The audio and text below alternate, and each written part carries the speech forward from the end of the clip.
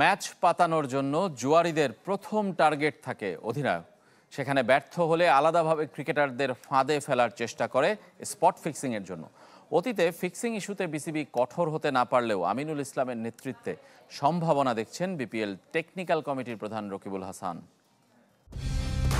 Colour expert, George sap এবং mild on hands technology সমৃদ্ধ Orix crystal wash আপনার laundry expert.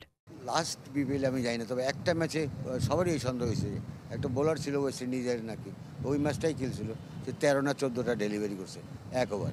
Is going all the way down. 2012 থেকে 25 পেরিয়েছে BPL এর 11 আসর। প্রতিবার সঙ্গী বিতর্ক, সবচেয়ে বেশি আক্রান্ত হয়েছে ফিক্সিং এর কালো থাবা।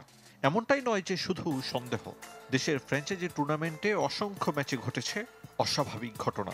তবে ওসবের পরও ফিক্সিং ইস্যুতে কঠোর হতে পারেনি BCB.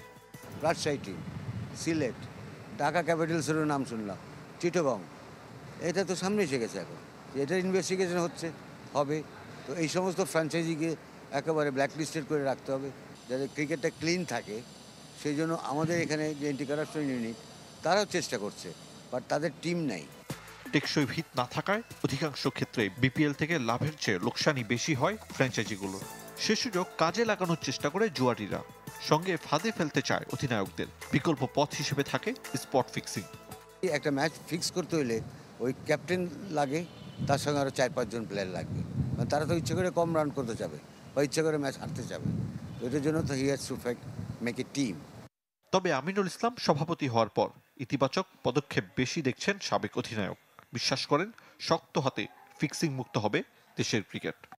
Aminul Islam Bulbul very serious about this, এবং সিরিয়াস দেখেই কিন্তু আজকে মার্শালের মতো লোককে নিয়ে আসছে। বিসিবির অনেক টাকা যাবে। আরিফুল ইসলাম, চ্যানেল 24, ঢাকা।